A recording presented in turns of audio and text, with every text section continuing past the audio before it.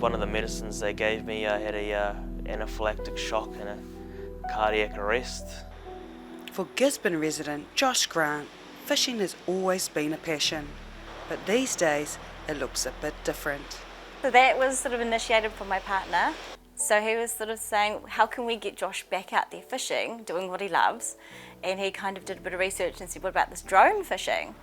So we spoke to the family. We kept it hidden from Josh, but we all had family conversations about raising a bit of money so Josh could get the drone that he wanted to and continue doing what he loves. Fly the drone out, drop the baits in the water, and then fingers crossed something bites it, and I flick the switch on the electric reel and bring it back in. It all started with pins and needles in his foot, but soon after, Josh couldn't walk. The doctor had strapped up his back and he said it was like a pinched nerve, or he wasn't really sure. And then as the evening went on, the pins and needles started to sort of travel up his other leg and up his chest, and I said, I think we need to take it to A&E. While waiting for answers, Josh's symptoms continued to get worse. My first symptom was pins and needles in one of my legs, and then that leg eventually went numb, and the ability to use it went away, and then sort of it just started from the bottom of my spinal cord and worked its way up, and yeah, the paralysis just continued to travel up my body.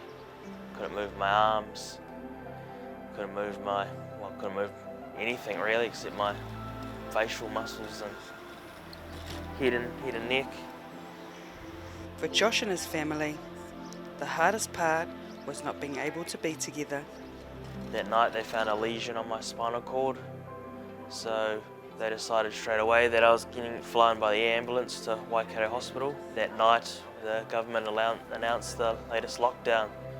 When you go through the ability of not being able to walk and losing all that on your own in a little room by yourself was very, very tough.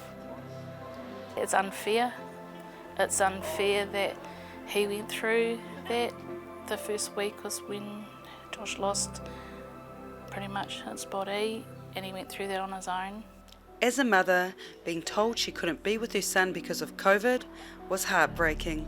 They rang me because we weren't able to go up there and said that they were flying Josh to Waikato, but I couldn't go. And they couldn't really tell me what was wrong with him. They just said there was, something on his spinal cord. She was really stressing being the mother, I suppose, But I was just like, they'll be raised in the hospital, he'll be fine, I'll sort it out and give him some meds and he'll be on his way. But yeah, just every time we'd ring him up and the news would just get worse and worse. It was a week before Karen and Daryl could get a travel exemption to be with their son, but even then, it wasn't smooth sailing. The whole time we were up there, we were kept getting locked out of the hospital. In the end, Daryl was the only one that was allowed in because Josh needed help. So they saw Daryl as, helping them out, so he was allowed in. Karen returned to Gisborne during the week to work before making the 5-hour trip to see Josh on the weekends. Even though I went up in the weekends, I still wasn't allowed to go in.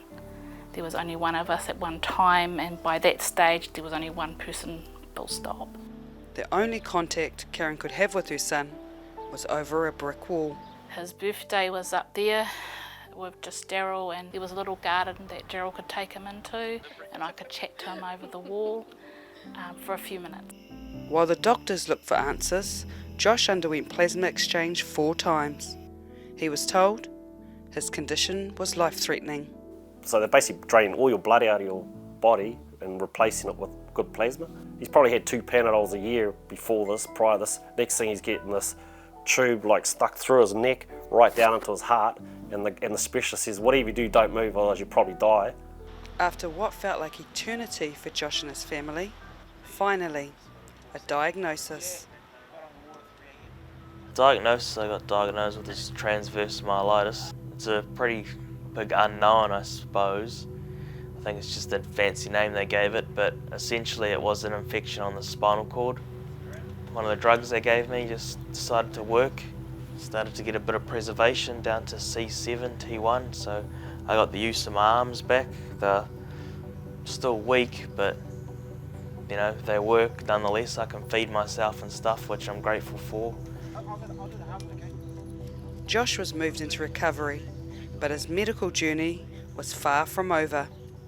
The young nurse, she was probably about 20. She rings us up and says, "Oh, you might want to come down. Josh's having a problem with breathing." So we went down and the nurse was in tears, and she says he's had an anaphylactic shock and he's had a cardiac arrest. So that was pretty hard. So we had to go.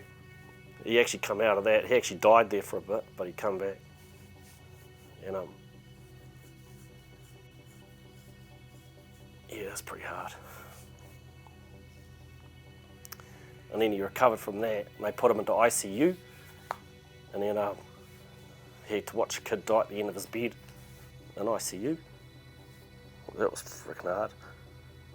Josh spent 2 months alone in Otara's spinal unit as Auckland remained in lockdown.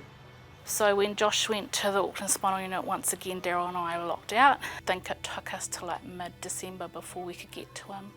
And he went on the 27th of October, it was the day after his birthday. Returning home to Gisborne, the family had another battle on their hands. Being diagnosed with an injury meant he was no longer eligible for ACC. Josh thought he had got the pins and needles from work, so he went through the ACC form at the start. They actually covered his wages for about 2 months, which was pretty awesome, you know. Then when he was going to go to Otara, that's when they said, we're going to cut off your ACC. It's a bloody kick in the teeth, to be honest. You see a lot of other people who have injuries instead of illnesses, and their, you know, injuries are alcohol related or something like that, and they're, you know, better off in terms of funding and support through ACC. Being on the Ministry of Health, you just sent home with the bare minimum, or just enough to what can get you by. The family had to find the money to pay for modifications to make their home wheelchair friendly, while waiting for the Ministry of Health to replace the only door that would give Josh access. The ministry said they measured up the driveway, and they said that the 2 strips that we have there, he can put 1 wheel on it of his wheelchair on each strip, and it should be adequate enough for him to get up and down. If he went like that way a little bit, he'd like go in the middle and fall off the driveway. So we actually had to fill in the centre bit. There's a real difference between someone that is ministry funded and someone on ACC. So in Josh's condition, if he was ACC, I have been told that he would have 24-hour care, which mean that, you know, Josh would get out there more. But because he's not, he only gets 6 hours a day, and that's broken up. As a social worker, Josh's cousin Lana was able to help him and the family navigate the physical and mental challenges ahead. Josh was really lucky that there didn't need to be any bathroom modifications, but getting his door done so he can get in and out of his home, as simple as that. We're still waiting, and there's a limit to how much we can actually access for him. That's not fair. He should be able to get in and out of his house safely and easily. Friends and family have rallied together to help raise funds to purchase equipment to allow Josh a better quality of life.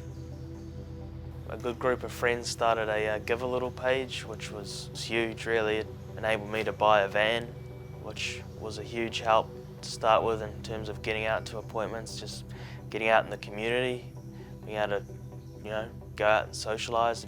Prior to his illness, Josh was an avid hunter and fisherman, spending his childhood fishing with his grandfather.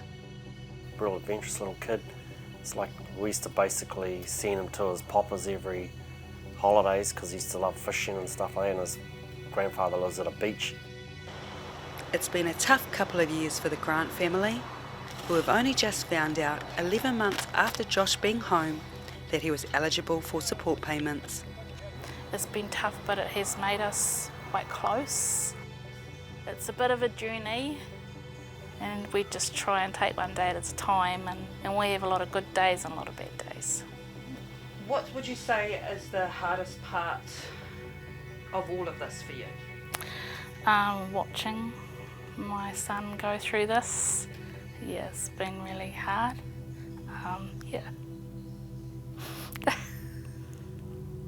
Yeah, just watching him every day struggles. Sorry. Yeah. Yep, just wanting him to have a good life. Josh is now working in an admin role looking after trucks and parts. He's also secured a physio to help him get stronger so he can be more independent. Renee Lola here, Local Focus.